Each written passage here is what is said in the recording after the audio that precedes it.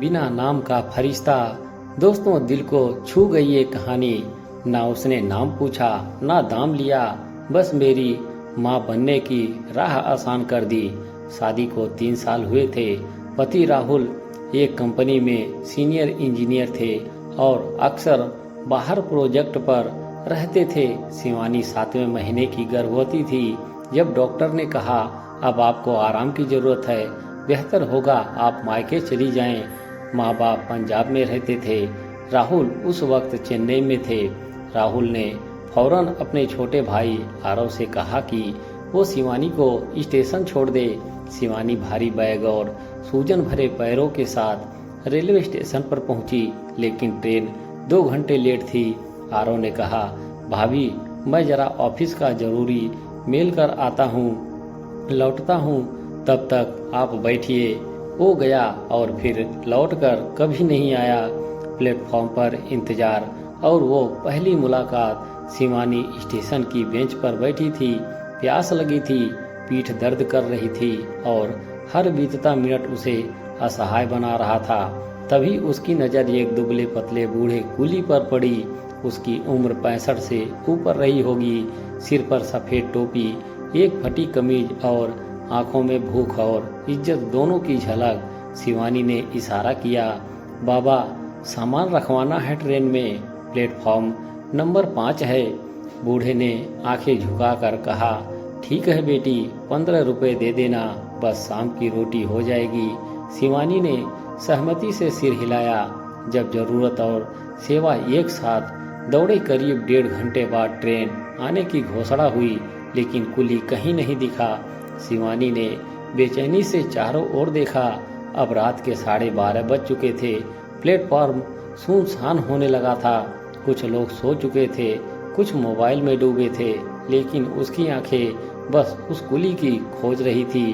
तभी दूर से वह हाँफता हुआ आता दिखाई दिया, सांसें तेज, पसीना छलकता हुआ, पर हाथ में बंधा गमछा और आंखों में वही दयालु संकल्प, बिटिया चिंता ना कर, हम चढ़ा देंगे ट्रेन में। जब आखिरी वक्त में सब कुछ बदल गया, शिवानी के पांव भारी हो चुके थे। ट्रेन आने से कुछ मिनट पहले घोषणा हुई, आपकी ट्रेन अब प्लेटफॉर्म नंबर 8 पर आएगी।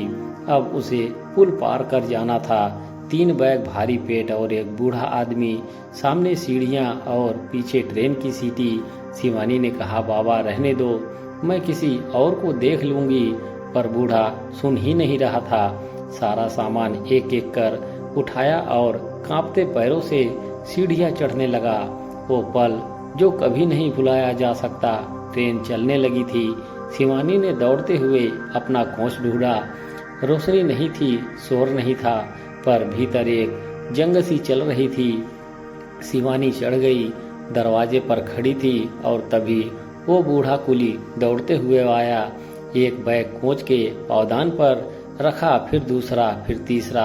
उसकी सांसें अब भी दौड़ रही थी। शिवानी कांपते हाथों से जेब से 10-5 रुपए निकालने लगी, पर वो हाथ बहुत दूर जा चुका था। वो अब ट्रेन से पीछे खड़ा बस हाथ जोड़कर नमस्ते कर रहा था।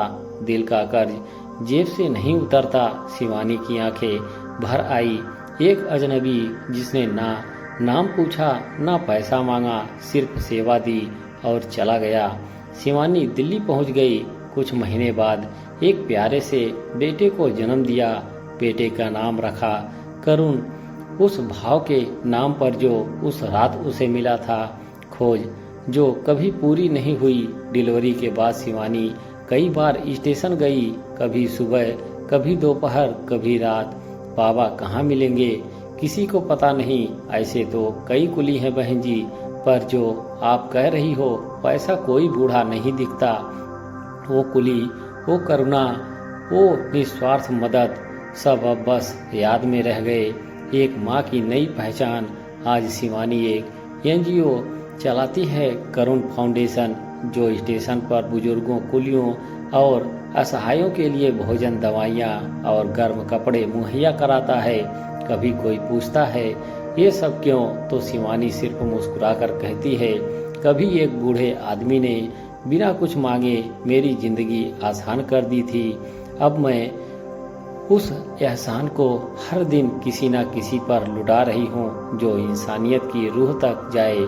हर मदद पैसों से नहीं होती, कुछ इंसान ऐसे मिलते हैं जो हमें सिखा जाते हैं कि इंसानियत की सबसे सुंदर भाषा निस्वार्थता होती है।